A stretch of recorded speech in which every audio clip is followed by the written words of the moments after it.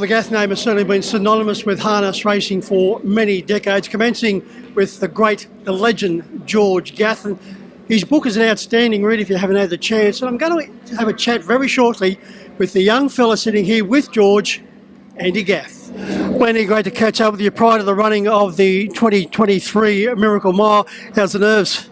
Yeah, no, they're pretty good. My horse is in great order, so it's not much more I can do. And yeah, really looking forward to it. It's a great honour to be in a race like the Miracle Mile. I only previously had one runner before, so having that opportunity to win such a great race, it's a great thrill. Third generation Gath, following some great footsteps. Andy, the George Gath story, a wonderful read. Some punters swore by him, others swore at him. But it's a fabulous story. Yeah, no, it is. And George is a bit of a trailblazer, and he's pretty unique too. I remember growing up, when I lived at Deer Park next door to him, and things he used to do, other people wouldn't do. He's very unconventional the way he used to train and everything. But yeah, no, he had such great success, and obviously his two sons, my dad and my uncle, Neville and Brian, had great success as well. So yeah, a little bit of pressure being a Gath when you go into this industry, but again, probably been fortunate along the way that I've had a fair bit of success along the way as well.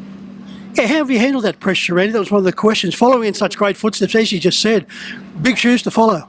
Yeah, it's probably not a lot of pressure. Again, it's just sort of, it's like anything you do in life, doesn't matter what it is. You just start off and everyone starts off small and you just gradually build and build. And again, having good clients along the way and good horses has sort of helped me forge a pretty good career throughout it. So, yeah, it does matter me, being a Gath probably is a help rather than a hindrance, I'd say, but it hasn't really been any pressure along the way. And you just surprised me by telling me that young fellow in the photo on the cover of the book talking to George is you. Yes, it was. I remember the photo vividly. Getting taken, I was 11 years old, and my younger brother Glenn, who was 8 years, he was standing next to us, and the horse behind was a horse called Urunga Hanover. So yeah, it was taken a long time ago, and I've actually got it framed at home, just the photo itself. It was originally on a magazine called Harness World, and it was the cover for that, and then Max Agnew used it on the cover of this book. So yeah, not many people know it's me, but yeah, had a lot more hair back then. You would have had many, many wonderful talks with your famous grandfather. Yeah, no, definitely. He was he's always had plenty of great stories, and living next door to him, it was always a great opportunity to spend a lot of time with him before he moved up to Bendigo. So yeah, probably when I was sort of old enough, he probably in the twilight of his career, but he still had some nice horses going around, Haughty Lord and that. They were sort of metro class horses, and a few, the odd trotter every now and then. But yeah, he'd had four different shoes on his trotters, and he did amazing the things he used to do to get him to trot. And in his farewell speech, he said, and I quote, "I hope you remember me in 10 years as well as you do today." I think your grandfather would be blown away by the fact he's never been forgotten and never will be while ever there's harness racing. No, definitely not, and it's amazing how many people I sort of meet that are of his generation or, just after his generation that still remember him so well and everything. And yeah, again, there's no doubt he's a legend of the sport, and when you become a legend of the sport, there's like so many other legends before him, you never get forgotten. You're the son of Neville, and of course, Neville's brother is Brian, a Hall of Famer, one of the greats. What was the lessons you learned from them?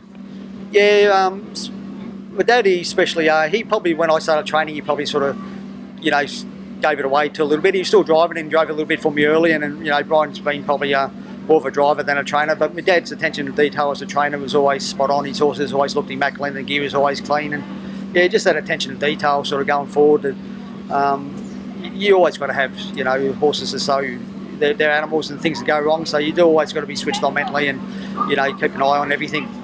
And Andy, Brian, right up until this moment in time, can still teach the younger rivals a lesson or two? Yeah, no, definitely. He drove a winner the other day, one of his own or whatever, and yeah, it was a great drive. He always manages to run off the track halfway down the straight and try and get in your way, but it's been, he's been one of the great drivers over the year and still competing at a, pretty high age now, so it just, like most horse people in this game, none of us retire until we end up in the box, I'd say. Taking the fact that he is your uncle, Brian, would there be a better front-running driver? No, probably not. He just sort of, again, I know not that I ever drove in races, I only sort of trained, I tried to be good at one, but he always said when you lead, you've got to keep everyone happy, and that, that's why he rode him so good in front. He didn't go slow enough that nothing come around to put pressure on him, and just sort of went quick enough that his horse still had plenty left at the end. So, he sort of knew what he had to do, and that's probably why he's been such one of the great front-runner drivers of this generation. You have turned out to be a great trainer in your own right, Andy, but why didn't you take the other avenue as far as driving?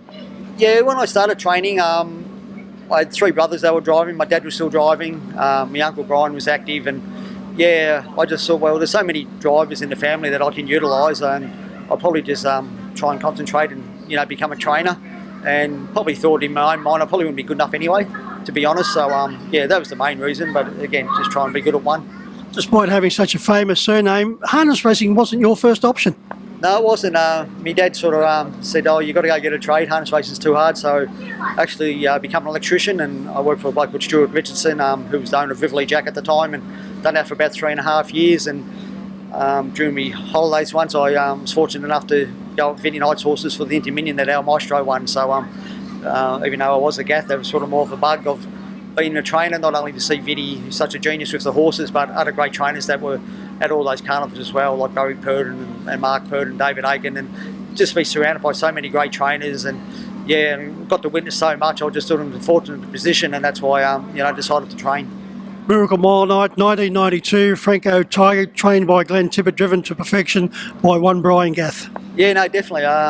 Watched that replay, I think, the other night. It was on Sky Channel. I saw it, and yeah, and Kate was watching, and she said, "Who wins this?" I said, "Oh, Franco Tiger will." I said, Brian leads, and pretty hard to beat. So, yeah, again, it's an iconic race, and we all want to try and have an opportunity to win it, and I've got that opportunity tonight. So, if it happens, I'll be over the moon. Well, good luck, Andy. It'd be great to see another Gath name on the Miracle Mile Honour Roll. You've been very kind with your time on such a big night. Thank you. No, thanks, Mick.